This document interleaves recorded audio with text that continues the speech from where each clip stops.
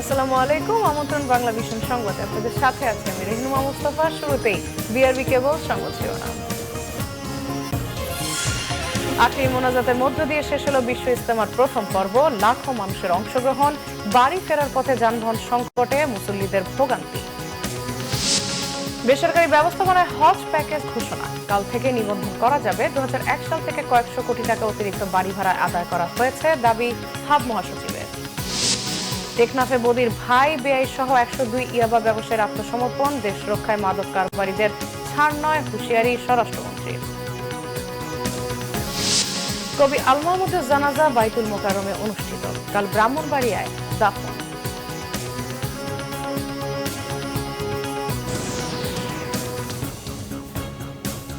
দেখছিলেন বিআরবি কেবল সংবাদ শিরোনাম। এবার বিস্তারিত। দেশ ও জাতির কল্যাণ কামনায় আখেরি মোনাজাতের মাধ্যমে শেষ হলো 54তম বিশ্ব ইজতেমার প্রথম পর্ব। লাখো মানুষ মোনাজাতে অংশ নিয়ে নিজের পরিবার, দেশ ও সারা বিশ্বের মঙ্গল কামনা করেছেন। তবে যানবাহন সংকট ও বাড়তি ভাড়ার কারণে ফেরার পথে কিছুটা ভোগান্তিতে পড়েছেন মুসল্লিরা।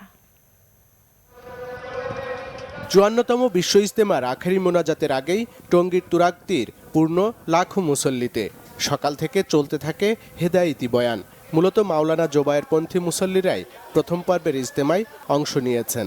মূল ময়দান ছাড়িয়েও ধর্মপ্রাণ মুসল্লিরা অবস্থান নেন আশপাশের খোলা স্থান ও রাস্তায়। সকাল 10টায় পুরো এলাকা পরিণত হয় মানুষের মিছিলে।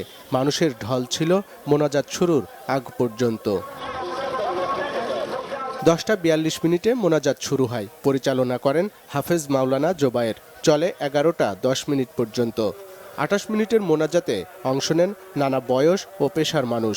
মোনাজাতে দেশ ও সমাজের কল্যাণ কামনা করা হয়। নারীদের জন্য মোনাজাতের পৃথক ব্যবস্থা ছিল। মানুষের ভিড়ে মূল সড়কেও যান চলাচল বন্ধ করে দেয় প্রশাসন। বাপ মার জন্য দোয়া চাইলাম, নিজেদের জন্য দোয়া চাইলাম, সবাইকে যেন ভালো রাখে। আমি সবার জন্য দোয়া করছি। সারা বাংলাদেশের লোক, সারা পৃথিবীর লোক যাতে ভালো থাকে, সুস্থ থাকে। আল্লাহ তাআলার পছন্দনীয় গ্রহণীয় লোকজন এখানে থাকে, এই কারণে এটা দোয়া কবুল হওয়ার জন্য এটা গ্রহণযোগ্য। মোনাজাত শেষে ফেরার পথে ভোগান্তিতে পড়তে হয় মুসল্লিদের। যানবাহন না থাকায় তাদেরকে হেঁটেই বাড়ি ফিরতে হয়। তবে দূরের যাত্রীদের ভোগান্তি ছিল সবচেয়ে বেশি। যানবাহন পাচ্ছেন না নিজ গন্তব্যের, আবার পেলেও গুনতে হচ্ছে বাড়তি ভাড়া।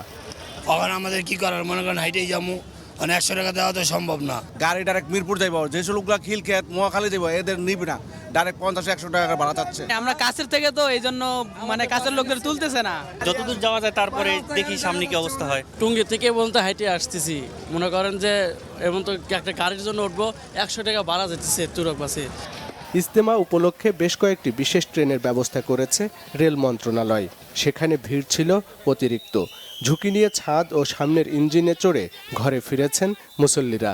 রবিবার ভোরে শুরু হবে দ্বিতীয় দফার ইজতেমা। এতে অংশ নেবেন মাওলানা সাদপন্থীরা। 18 ফেব্রুয়ারি হবে আখেরি মোনাজাত। আরিফুল হক, বাংলা ভিশন, টঙ্গী, গাজীপুর। রোহিঙ্গাদের উপর নৃশংসতার তদন্তে আন্তর্জাতিক ফৌজদারি আদালত আইসিসির সিদ্ধান্তকে স্বাগত জানিয়েছেন প্রধানমন্ত্রী শেখ হাসিনা। শুক্রবার মিউনিক নিরাপত্তা সম্মেলনে প্রধানমন্ত্রীর সাথে আইসিসির প্রধান কৌঁসুলি ডক্টর ফাতু বেনসুদার সাইড লাইন আলোচনায় মার্চে আইসিসির তদন্ত দলের বাংলাদেশে আসার সিদ্ধান্তকে স্বাগত জানান। রোহিঙ্গাদের উপর মিয়ানমার সেনাবাহিনীর নৃশংসতা তদন্তের জন্য আইসিসির টিমকে সম্ভাব্য সকল সহযোগিতার আশ্বাসও দেন প্রধানমন্ত্রী ও আইসিসির প্রধান কৌঁসুলি 71-এ পাকিস্তান সেনাবাহিনীর গণহত্যা ও মিয়ানমারের রোহিঙ্গা নাগরিকদের উপর নৃশংসতার বিচারের বিষয়ে আলোচনা করেন। এ সময় 71-এ গণহত্যা চালানো পাকিস্তানি সেনাবাহিনীর সদস্যদের বিচারের সম্মুখীন করার উপরও গুরুত্বারোপ করেন প্রধানমন্ত্রী। ডক্টর বেনসুদা আইসিসিতে যোগদানের পর বাংলাদেশের জোরালো ভূমিকা রাখার জন্য প্রধানমন্ত্রীকে ধন্যবাদ জানান। 71-এ বিতর্কিত ভূমিকার জন্য জাতির কাছে ক্ষমা চাইলেও আদর্শিক পরিবর্তন না হওয়া পর্যন্ত জামায়াতে ইসলামকে দেশের মানুষ গ্রহণ করবে না বলে মনে করেন আওয়ামী লীগ সাধারণ সম্পাদক ওবায়দুল কাদের। ধানমন্ডি আওয়ামী লীগ সভানেত্রীর কার্যালয়ে সাংবাদিকদের সাথে কথা বলেন ওবায়দুল কাদের। এ সময় তিনি বলেন, জামায়াতের সহকারী সেক্রেটারি জেনারেল ব্যারিস্টার আব্দুর রাজ্জাকের পদত্যাগ রাজনৈতিক কৌশল। জামায়াত বিলুপ্ত করে নতুন নামে এলেও আদর্শিক পরিবর্তন না হলে বাংলাদেশের মানুষ তাদের গ্রহণ করবে না বলেও মনে করেন তিনি। তবে ৭১-এ বিতর্কিত ভূমিকার জন্য ক্ষমা চাওয়া এবং জামায়াতকে বিলুপ্ত করে নতুন নামে রাজনীতিতে এলে আওয়ামী লীগ তাদের স্বাগত জানাবে কি না সে বিষয়ে এখনই মন্তব্য করতে নারাজ ওবায়দুল কাদের। এই সময় তিনি আরো বলেন, আওয়ামী লীগে শেখ হাসিনার বিকল্প এখনো তৈরি হয়নি, তাই রাজনীতি থেকে তিনি অবসর নিতে চাইলেও সময়, পরিস্থিতি ও নেতাকর্মীদের চাপে সেটি সম্ভব হবে না বলেও মনে করেন তিনি। ৭১-এ যুদ্ধাপরাধের বিষয়টি ৪৭ বছর বয়স পর ক্ষমা চাওয়ার পর্যায়ে কেন এলো সেটাও কোনো কৌশল কিনা ভেবে দেখতে হবে। ৫ বছর পরে শেখ হাসিনা রাষ্ট্র পরিচালনা অক্ষম হবেন, অসমর্থ হবেন, এটা আমরা এই মুহূর্তে তো ভাবতে পারি না। আর তিনি ছাড়তে চাইলেও তিনি সময়, পরিস্থিতি তাকে ছাড়বে কিনা, নেতা কর্মীরা তাকে ছাড়বে কিনা সেটাও তো আমাদের চিন্তা করতে হবে। বিএনপির সিনিয়র যুগ্ম মহাসচিব রুহুল কবির রিজভী বলেছেন, সরকারের নতজানু পররাষ্ট্রনীতির কারণেই রোহিঙ্গা সংকটের সমাধান হচ্ছে না। নয়াপল্টনে দলের কেন্দ্রীয় কার্যালয়ের সংবাদ সম্মেলনে তিনি এ মন্তব্য করেন। রিজভীর অভিযোগ, দেশের স্বাধীনতা সার্বভৌমত্ব রক্ষায় ক্রমাগত ব্যর্থ হচ্ছে সরকার। সেন্ট মার্টিন দ্বীপকে নিজের অংশ হিসেবে দাবি করলেও মিয়ানমারের বিরুদ্ধে নামকা বাস্তায় প্রতিবাদ জানিয়ে চুপ করে আছে গণবিচ্ছিন্ন সরকার। ঠাকুরগাঁওয়ে বিজিবির গুলিতে ৪ জন নিহতের প্রতিবাদ জানিয়ে তিনি বলেন, বিএসএফ এর মতোই বাংলাদেশিদের হত্যা করছে তারা। দেশবরেণ্য কবি আল মাহমুদের মরদেহ শহীদ মিনারে নিতে না দেওয়ার প্রতিবাদ জানান রিজভী। বলেন, এই ঘৃণ্য কর্মকাণ্ডে প্রমাণ হয় শহীদ মিনারের মতো পবিত্র স্থানকেও দলীয়করণ করেছে ক্ষমতাসীনরা। হচ্ছে না কেবলমাত্র মিডনাইট সরকারের নতজানু নীতির কারণে। বাংলাদেশের ভূখণ্ডকে মিয়ানমার তার দেশের অংশ করে নিতে চাইবে, আর আমরা কিছুই করব না। শুধু দুধকে ডেকে নিয়ে প্রতিবাদ করলেই সব শেষ হয়ে যায় না। এটি বাংলাদেশের স্বাধীনতা সার্বভৌমত্বের উপর সরাসরি আঘাত। বিষয়টি এবছর বেসরকারি ব্যবস্থাপনায় কোরবানি ছাড়া জনপ্রতি হজ প্যাকেজ সর্বনিম্ন ৩,৪৫,৮০০ টাকা নির্ধারণ করেছে হজ agencies association of Bangladesh HAAB. রাজধানীর একটি হোটেলে সংবাদ সম্মেলনে ঘোষণা দিয়ে হাব মহাসচিব জানান, বিমান ভাড়া ও সার্ভিস চার্জ সহ ১,৪২,৬৪৬ টাকা জমা দিয়ে আগামীকাল থেকেই নিবন্ধন করতে পারবেন হজ গমনেচ্ছুরা। ১% বাড়ি ভাড়া বাবদ ২০০১ সাল থেকে গত বছর পর্যন্ত কয়েকশো কোটি টাকা ভুলবশত আদায় করা হয়েছে বলে দাবি করেছেন হাব মহাসচিব। জানাচ্ছি, বাংলাদেশ থেকে চলতি বছর ১,২৭,১৯৮ জন পবিত্র হজ পালন করবেন। এর মধ্যে ৭,১৯৮ জন সরকারি ব্যবস্থাপনায় হলেও বাকি ১,২০,০০০ যাবেন বেসরকারি ব্যবস্থাপনায়। তাদের জন্য হজ এজেন্সিস অ্যাসোসিয়েশন হাব জনপ্রতি হজ খরচের প্যাকেজ নির্ধারণ করতে সংবাদ সম্মেলনের আয়োজন করে। এতে হাবের মহাসচিব জানান, গত বছরের তুলনায় এবছর বিমান ভাড়া কমলেও সৌদি আরবের সার্ভিস চার্জ বাড়ানোয় মোট প্যাকেজের খুব একটা তারতম্য হয়নি। তবে কুরবানির জন্য প্রত্যেক হজ যাত্রীকে মূল প্যাকেজের বাইরে আলাদা করে প্রায় ১২,০০০ টাকা সমপরিমাণ ডলার বা রিয়াল সঙ্গে নিতে হবে। বেসরকারি হজ যাত্রীদের প্যাকেজ অর্থাৎ ১,২০,০০০ হজ যাত্রীর ২০১৯ সালের সর্বনিম্ন প্যাকেজ নির্ধারণ করা হয়েছে ৩,৪৫,৮০০ টাকা। আগামী ২০ মার্চের মধ্যে হজ যাত্রীদের প্যাকেজের সম্পূর্ণ টাকা এজেন্সিকে পরিশোধ করতে হবে বলেও জানান তিনি। এই ১% বাড়ি ভাড়ার টাকা নেওয়ার ক্ষেত্রে হজ ব্যবস্থাপনা এই লাইসেন্স দিয়ে যত সাল থেকে শুরু হয়েছে ২০০১ সে থেকে গত বছর পর্যন্ত এটা ভুল ছিল। এই খাতে টাকা বেশি নেওয়া হতো এবং কয়েকশো কোটি টাকা ভুলবশত নেওয়া হয়েছে। টাকাগুলি সরকারি কোষাগারে আছে। বিষয়টা আমি আবার পরিষ্কার করি, ঘটনাটা কি হয়েছে। ১% বাড়ি রাখতে হয় শুধু মক্কায়, কিন্তু হিসাবটা দেখা গেছে যে এই আবহমান কাল মানে ২০০১ সাল থেকে মক্কায় এবং মক্কায়ও ১%, মদিনায়ও ১%, দুটো টাকা নেওয়া হতো। অহেতুক হয়রানি এড়াতে চলতি বছর হজ যাত্রীদের পুলিশ ক্লিয়ারেন্স লাগবে না বলেও উল্লেখ করেন হাব মহাসচিব। পুলিশ ক্লিয়ারেন্সের বিষয়টি বাতিল করা হয়েছে। ইমরুল কায়েস, বাংলা ভিশন, ঢাকা। এর অর্থ এই নয়। ইয়াবা কারবারে বহুল আলোচিত আওয়ামী লীগের সাবেক এমপি আব্দুর রহমান বদির ভাই বেআই সহ 102 জন আত্মসমর্পণ করেছে কক্সবাজারে। অনুষ্ঠানে স্বরাষ্ট্রমন্ত্রী আসাদুজ্জামান খান কামাল বলেন, দেশ রক্ষার্থে মাদক কারবারিদের ছাড় নেই, আর মাদক নির্মূলে অভিযান চলবে জানিয়ে আইজিপি ইয়াবা সহ অন্যান্য মাদক ব্যবসায়ীদের এইভাবে আত্মসমর্পণের আহ্বান জানান। কক্সবাজারে আইনশৃঙ্খলা বাহিনীর সেফ হোম থেকে শীর্ষ ইয়াবা কারবারিদের টেকনাফে আত্মসমর্পণ মঞ্চে আনা হয় শনিবার সকাল 10:30টার দিকে। তাদের দেখতে হাজারো মানুষের ভিড় জমে আত্মসমর্পণ মঞ্চের কাছে। উপস্থিত হন স্বজনরাও। ঘটা করে আয়োজিত ইয়াবা কারবারিদের আত্মসমর্পণ অনুষ্ঠানের মঞ্চ করা হয় টেকনাফ পাইলট হাই স্কুল মাঠে। সকাল 11:15টায় সেখানে উপস্থিত হন স্বরাষ্ট্রমন্ত্রী আসাদুজ্জামান খান কামাল। তার হাতে প্রতীকীভাবে ইয়াবা ও অস্ত্র জমা দেয় আইনশৃঙ্খলা বাহিনীর তালিকাভুক্ত 1151 জনের মধ্যে 102 জন। জানানো হয় তাদের মধ্যে অন্তত 35 জন ইয়াবার গডফাদার। যারা তাদের উপলব্ধি হয়েছিল যে তারা খারাপ কাজটি করছেন, সেই জন্য তারা যে সারেন্ডার করছেন, সেই জন্য তাদেরকে ধন্যবাদ, সাধুবাদ যা জানাবার আমরা জানাচ্ছি। এই ব্যাপারে কোনো ছাড় আমরা কেউ দেব না, কারণ আমাদের দেশ বাঁচাতে হবে। আমাদের যে স্বপ্ন আমাদের মাননীয় প্রধানমন্ত্রী 2041-এ দেখছেন, সেখানে আমাদের যেতে হবে। যারা পুরনো আছেন তাদের জন্য হুঁশিয়ারি, এবং যারা নতুনভাবে যুক্ত হবেন তাদেরকেও আমরা এই হুঁশিয়ারি দিতে চাই। আমাদের এই অভিযান কিন্তু অব্যাহত থাকবে। আপনাদের জন্য কঠোর বার্তা কিন্তু সামনেও আপনারা দেখতে পাবেন, যদি আপনারা এইভাবে আমাদের কাছে এসে আত্মসমর্পণ না করেন। আত্মসমর্পণকারীদের মধ্যে রয়েছে টেকনাফের সাবেক এমপি বদির 4 ভাই আব্দুল আমিন, আব্দুর শুক্কুর, মোহাম্মদ শফিক এবং মোহাম্মদ ফয়সাল, ভাগ্নে শাহেদুর রহমান নিপু এবং বেআই শাহেদ কামাল। আত্মসমর্পণ অনুষ্ঠানে উপস্থিত ছিলেন বদির স্ত্রী সহ কক্সবাজারের 3 এমপি। গত বছরের 4 মে মাদকের বিরুদ্ধে সরকারের যুদ্ধ ঘোষণার পর বন্দুকযুদ্ধে নিহত হয় প্রায় 300 ইয়াবা কারবারি। তাদের মধ্যে সীমান্তে বন্দুকযুদ্ধে নিহত হয়েছে 42 জন, এর মধ্যে 37 জনই টেকনাফের। তবে স্বরাষ্ট্র মন্ত্রণালয়ের তালিকাভুক্ত 73 জন গডফাদারের মধ্যে 4 জন বন্দুকযুদ্ধে নিহত হয়েছে। গত বছরের ডিসেম্বরে ইয়াবা কারবারিদের স্বাভাবিক জীবনে ফেরাতে পুনর্বাসনের উদ্যোগ নেয় সরকার। জানুয়ারির মাঝামাঝি থেকে আত্মসমর্পণের জন্য কক্সবাজারের সেফ হোমে জড়ো করা হয় ইয়াবা ব্যবসায়ীদের। Bangla vision news desk. চলে গেলেন বাংলা সাহিত্যের অন্যতম প্রধান কবি আল মাহমুদ। জাতীয় মসজিদ বাইতুল মোকাররমে জানাজা শেষে দাফনের জন্য কবির মরদেহ নিয়ে যাওয়া হয়েছে গ্রামের বাড়ি ব্রাহ্মণবাড়িয়ায়। সেখানে তাকে দাফন করা হবে।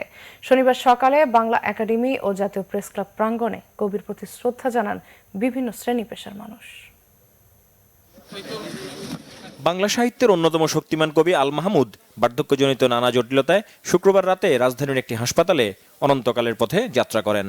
শনিবার বেলা 11:15টায় কবির মরদেহ নিয়ে যাওয়া হয় বাংলা একাডেমি প্রাঙ্গণে। একাডেমির মহাপরিচালক সহ কবি, সাহিত্যিক ও সাহিত্যানুরাগীরা বাংলা একাডেমি পুরস্কার ও 21 পদক পাওয়া এই কবিকে শেষ শ্রদ্ধা জানান। কবি আল মাহমুদ নিজের গদ্য রচনা এবং পদ্য রচনার ভেতর দিয়ে আমাদের বাংলা ভাষাকে সমৃদ্ধ করেছেন। তার রচনা পাঠ করে আগামী দিনে আমাদের স্বপ্নকে, আমাদের ভবিষ্যৎকে নির্মাণ করবে। বাংলা একাডেমি থেকে বেলা 12:30টায় এক সময়ের সাংবাদিক এ কবির মরদেহ নেওয়া হয় জাতীয় প্রেস ক্লাবে। সেখানে অনুষ্ঠিত হয় তার প্রথম জানাজা। এ সময় সাংবাদিক, বুদ্ধিজীবী ও সংস্কৃতি অঙ্গনের অনেকেই কবির কর্মময় জীবনের উপর আলোকপাত করে স্মৃতিচারণ করেন। আমরা বিশ্বাস করব যে ওনার মতো কবি সাধারণত সব দেশে সবসময় জন্ম নেয় না, এবং প্রতিটি ধারাতেই ওনার উপস্থিতি আমরা দেখেছি। উনি কোনো দিন চলে যাবেন না, উনি থাকবেন আমাদের আত্মার মধ্যে, আমাদের অন্তরের মধ্যে, আমাদের সংগ্রামের মধ্যে। নতুন ভারতকে যেভাবে দেখার চেষ্টা করেছেন, তার স্বপ্নের সমাজটা তার অনুপস্থিতিতে বিদ্যমান থাকুক, আরও উজ্জ্বল কার্যকর হোক। তিনি এই সমাজকে নিয়ে যে স্বপ্ন দেখেছিলেন, এই স্বপ্ন বাস্তবায়িত হোক। আমার আব্বার ইচ্ছেও ছিল আল্লাহর কাছে যে আল্লাহ, যদি আমার মৃত্যু হয় তাহলে শুক্রবার জুম্মায় যেন আমার মৃত্যুবরণ করি। আপনারা সবাই আমার বাবার জন্য দোয়া করবেন, এবং আমার বাবার যদি আপনাদের কোনো অজান্তে যদি আমার বাবা কোনো ভুল ত্রুটি করে থাকে, ক্ষমা সুন্দর দৃষ্টিতে দেখবেন। পরে বাদ জোহর জাতীয় মসজিদ বাইতুল মোকাররমে অনুষ্ঠিত হয় তার দ্বিতীয় নামাজে জানাজা। নানা শ্রেণী পেশার মানুষ তাতে অংশ নেন। আল মাহমুদ 1936 সালে ব্রাউনবাড়িয়ার মোড়াইল গ্রামে জন্মগ্রহণ করেন। ছিলেন একাধারে কবি ও ঔপন্যাসিক, প্রাবন্ধিক, ছোট গল্পকার, শিশু সাহিত্যিক এবং সাংবাদিক। 1963 সালে তার কাব্যগ্রন্থ লোকলোকান্তর সর্বপ্রথম তাকে স্বনামধন্য কবিদের সারিতে জায়গা করে দেয়। কালের কলস ও সোনালী কাবিন কাব্যগ্রন্থগুলো প্রথম সারিতে নিয়ে আসে বাংলা সাহিত্যের এই খ্যাতিমান কবিকে। পার্থিব জীবন থেকে বিদায় নিলেও কবি আল মাহমুদ অনন্তকাল বেঁচে থাকবেন তার কবিতা আর সাহিত্যে। আহমেদ সরওয়ার, বাংলা ভিশন, ঢাকা। নিচে সিবিসি টাইল সংবাদ বিরতি, সাথেই থাকুন, ফিরে এসে থাকছে। গণতন্ত্র ছাড়া টেকসই উন্নয়ন সম্ভব নয় বললেন পরিকল্পনা মন্ত্রী এম এ মান্নান।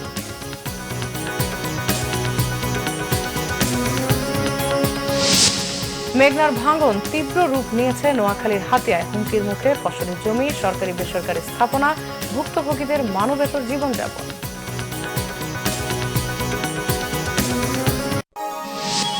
আপনারা দেখছেন বাংলা ভিশন সংবাদ।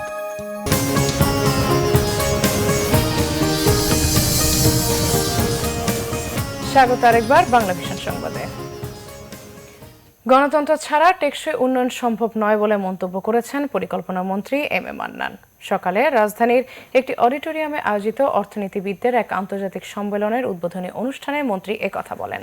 South Asian network on economic modelling সানেমের বার্ষিক সম্মেলনে পরিকল্পনা মন্ত্রী বলেন, বেড়ে চলা বৈষম্য সম্পর্কে সরকার সচেতন থাকলেও এই মুহূর্তে প্রবৃদ্ধিকেই অগ্রাধিকার দিচ্ছে, কারণ প্রবৃদ্ধির ফল দীর্ঘমেয়াদী।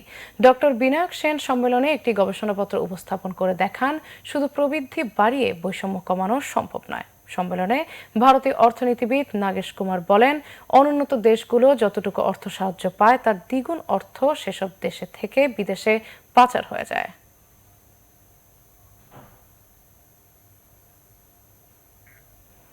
ভাঙন তীব্র রূপ নিয়েছে নোয়াখালীর হাতিয়ার মেঘনা নদীতে। প্রতিদিনই গিলছে বসতভিটা, ফসলি জমি, শিক্ষা প্রতিষ্ঠান সহ সরকারি বেসরকারি স্থাপনা। মানবেতর জীবনযাপন করছেন ভাঙনে নিঃস্ব অসহায় মানুষগুলো। বর্ষার আগেই ভাঙন রোধে ব্যবস্থা নেওয়ার দাবি তাদের। কাজ শুরু করেছে পানি উন্নয়ন বোর্ড। নোয়াখালী থেকে নুরুল আমিনের রিপোর্ট। নোয়াখালীর দ্বীপ উপজেলা হাতিয়াকে ঘিরে রেখেছে মেঘনা নদী। প্রতি বছরই ভাঙছে এ নদী, গিলছে নানা স্থাপনা। বসত ভিটা হারিয়ে নিঃস্ব 5 শতাধিক মানুষ। বিলীন হওয়ার পথে নলচিরা ও শুকচর ইউনিয়ন। সরকারের কোনো পদক্ষেপ না থাকায় ক্ষুব্ধ ভুক্তভোগীরা। ঘরবাড়ি কোবার ভাঙছি, এটার আর শেষ নেই। ভাঙতে ভাঙতে আমরা উস্তিহারা, এখন কোথায় যাবো, কি করুম, মানে একদম সর্বহারা। আমাদের নদী ভাঙতে ভাঙতে সব কিছু রয়ে গেছে, আমার থাকার কোনো ব্যবস্থা নাই। আরেকজনের চান্দার তলে থাকি। সরকার যদি নদী ভাঙাটা বন্ধ করে, একটা বেড়ি করে দিয়ে, তাইলে আমরা থাকবার ব্যবস্থা হইব। আমরা চাষি, আমরা চাষাবাদ করবো, ওই জমিও নাই। এখন যদি বেইবান করিয়া যদি আমাদেরকে কোনো রকমে যদি ফলক দিয়ে যদি আমাদেরকে একটু রক্ষা করে, তবে আমাদের রক্ষা আছে, আর কোনো রক্ষা নেই। সম্প্রতি ভাঙন কবলিত এলাকা পরিদর্শন করেন মন্ত্রীরা। চলতি মাসের মধ্যে ভাঙন প্রতিরোধে কাজ শুরুর প্রতিশ্রুতি দেন তারা। নদী ভাঙনে হাতিয়ার মানুষ অসহায়, এই নদী ভাঙন রোধে অবিলম্বে ব্যবস্থা নেওয়া। শুধু হাতিয়াতে নয়, সারা বাংলাদেশে যে সকল এলাকাগুলো নদী ভাঙন কবলিত, আমরা বর্ষা আসার পূর্বেই আমরা প্রস্তুতিমূলক ব্যবস্থা নিচ্ছি। মানুষের যে প্রাণের দাবি ছিল, সে মানুষের যে এতদিন যে স্বপ্ন দেখেছিল, সে স্বপ্ন ইনশাল্লাহ এখন বাস্তবে রূপ নেবে, আমি সেই প্রত্যাশা করছি এবং আমি ইনশাল্লাহ আমি পারবো বলে আশা করি। আপাতত জিও ব্যাগ দিয়ে প্রতিরক্ষামূলক ব্যবস্থা নেওয়ার আশ্বাস পানি উন্নয়ন বোর্ডের। আপাতত আমরা নদী ভাঙন রোধে অস্থায়ী প্রতিরক্ষা জিও ব্যাগ দিয়ে অস্থায়ী প্রতিরক্ষামূলক কাজ করার ব্যবস্থা নিচ্ছি। 10 কিলোমিটার নদী ভাঙনের জন্য আমরা একটি ডিউটি প্রণয়ন করব, সেটা বিস্তারিত সমীক্ষার মাধ্যমে এই ডিউটি প্রণয়ন করা হবে। প্রতিশ্রুতিতে বিশ্বাস নেই ভাঙন কবলিতদের, তারা চান কার্যকর পদক্ষেপ। Bangla vision news desk. দেশে কিছুদিন পরপরই বড় বড় অগ্নিকাণ্ডের ঘটনা ঘটছে। পোশাক কারখানা ও বহুতল ভবন শুধু নয়, এমনকি হাসপাতালেও ঘটছে আগুন লাগার মতো ঘটনা। সংশ্লিষ্টরা মনে করেছেন এখন সময় এসেছে ভবন নির্মাণে পর সেটি নিরাপত্তা নিশ্চিতে সরকারের সংশ্লিষ্ট মন্ত্রণালয়ের ছাড়পত্র নেওয়া বাধ্যতামূলক করা।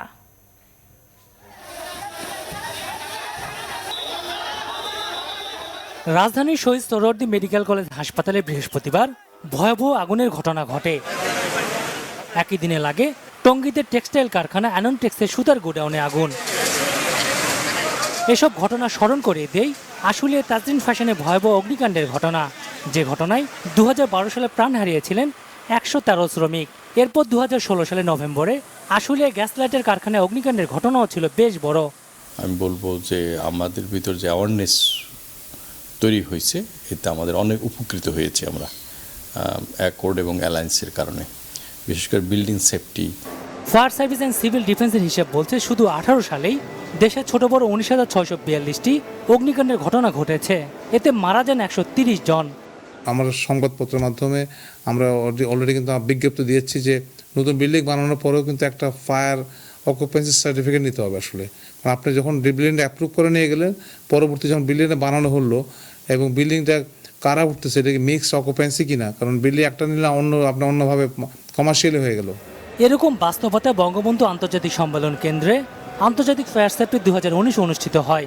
সংশ্লিষ্টদের মতে ভবন নিরাপদ করতে প্রয়োজন আরও কিছু আইন। সারা বিশ্বে যেটা করে সেটা একটা অকুপেন্সি সার্টিফিকেট দেয়। আমাদের দেশে যদি কোড এবং রুলস অনুযায়ী বিল্ডিং করার পরে, স্পেসিফিক্যালি ফায়ার সেফটি এরিয়ার কথা বলবো, করার পরে যদি প্রপার অথরিটি দিয়ে অকুপেন্সি সার্টিফিকেট ইস্যু করে যে না this building is safe for living or usable, তখনই কিন্তু আপনার এই জিনিসটা মনিটরিং হবে। যে ফায়ার সেফটি এবং সিকিউরিটি প্রোডাক্টগুলো কারা বিক্রি করছে, কারা সলিউশন প্রোভাইড করছে, তারা কিন্তু অবশ্যই নলেজ গেদার করছে এবং ওই থেকে আমাদের বাংলাদেশের সমস্ত সেক্টরে এই ইনফরমেশনগুলো ছড়িয়ে যাচ্ছে। এক হিসেবে দেখা গেছে গত 5 বছরে অগ্নিকাণ্ডের ঘটনায় ক্ষতির পরিমাণ 25,000 কোটি টাকা। GM Hasan, Bangla vision, Dhaka. সেবার মান বৃদ্ধির মাধ্যমে ব্যাংকের ব্যবসা সম্প্রসারণে রংপুর অঞ্চলে পূবালী ব্যাংক শাখা ব্যবস্থাপক সম্মেলন অনুষ্ঠিত হয়েছে।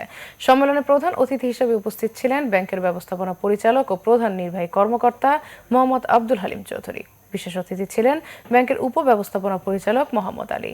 রংপুর অঞ্চলের প্রধান মোহাম্মদ কামরুজ্জামানের সভাপতিত্বে অনুষ্ঠানে আরও উপস্থিত ছিলেন শাখা প্রধান ও ঊর্ধ্বতন কর্মকর্তারা। সম্মেলনে 2019 সালে ব্যাংকের নির্ধারিত লক্ষ্যমাত্রা অর্জনের বিভিন্ন কৌশল ও দিক নিয়ে আলোচনা হয়।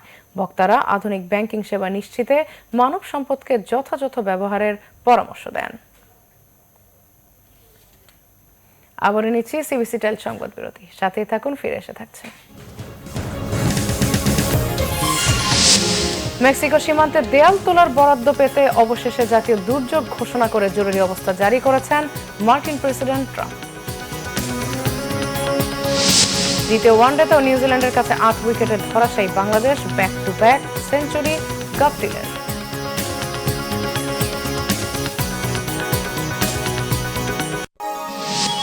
আপনারা দেখছেন বাংলা ভিশন সংবাদ। আবারও স্বাগত বাংলা ভিশন সংবাদে। এবার আমিন জুয়েলার্স আন্তর্জাতিক সংবাদ।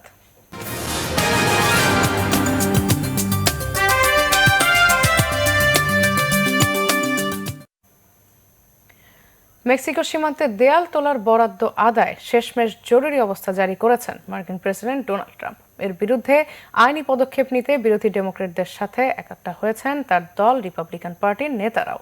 হোয়াইট হাউসের আবাসে 24 ঘন্টার মধ্যে জাতীয় দুর্যোগ ঘোষণা করে জরুরি অবস্থা জারি করেন প্রেসিডেন্ট ট্রাম্প। নানা যুক্তি আর বিশ্লেষণে সাফাই দেন মেক্সিকো সীমান্তে দেয়াল তোলার পক্ষে। জানান জাতীয় নিরাপত্তার স্বার্থে এছাড়া কোনো পথ খোলা নেই। 55 মাইলের দেয়াল তুলতে প্রেসিডেন্ট ট্রাম্প বাজেটে $800 কোটি বরাদ্দ চাইলেও বরাদ্দ দেন দরবারের পর $137 কোটি বরাদ্দ দেয় যুক্তরাষ্ট্রের পার্লামেন্ট কংগ্রেস। এদিকে জরুরি অবস্থা জারির তীব্র সমালোচনা করেছেন ক্ষমতাসীন ও বিরোধী নেতারা। একে ক্ষমতার অপব্যবহার, আইনের প্রতি চরম অশ্রদ্ধা এবং নগ্ন হস্তক্ষেপ বলেছেন তারা। প্রেসিডেন্টের সিদ্ধান্তের বিরুদ্ধে আইনি পদক্ষেপের ঘোষণা দিয়েছেন ক্যালিফোর্নিয়ার অ্যাটর্নি জেনারেল। জরুরি অবস্থা ঠেকাতে পার্লামেন্টের নিম্নকক্ষে প্রস্তাব তোলার আভাস দিয়েছেন ডেমোক্রেটরা। প্রস্তাবটি পার্লামেন্টের উভয় কক্ষে 2/3 ভোটে পাশ হলেই কেবল ঠেকানো যাবে ট্রাম্পের নয়া আদেশ। বিআরবি কেবল শিরোনামগুলো আরেকবার জানিয়ে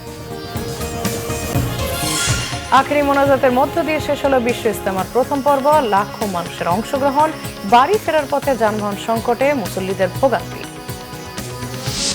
বেসরকারি ব্যবস্থাপনায় হজ প্যাকেজ ঘোষণা, কাল থেকে নিবন্ধন করা যাবে। 2001 সাল থেকে কয়েকশো কোটি টাকা অতিরিক্ত বাড়ি ভাড়ায় আদায় করা হয়েছে, দাবি হাব মহাসচিবের। টেকনাফে বদির ভাই বেআই সহ 102 ইয়াবা ব্যবসায়ীর আত্মসমর্পণ, দেশ রক্ষায় মাদক কারবারিদের ছাড় নয়, হুঁশিয়ারি স্বরাষ্ট্রমন্ত্রীর। কবি আল মাহমুদের জানাজা বাইতুল মোকাররমে অনুষ্ঠিত, কাল ব্রাহ্মণবাড়িয়ায় দাফন।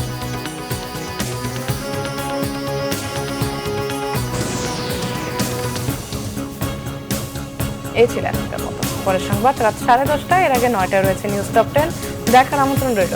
এছাড়া ফেসবুকে বাংলা ভিশন সংবাদ সরাসরি দেখতে লগ ইন করতে পারেন facebook.com/বাংলাভিশন। এতক্ষণ সাথে থাকার জন্য ধন্যবাদ সবাইকে।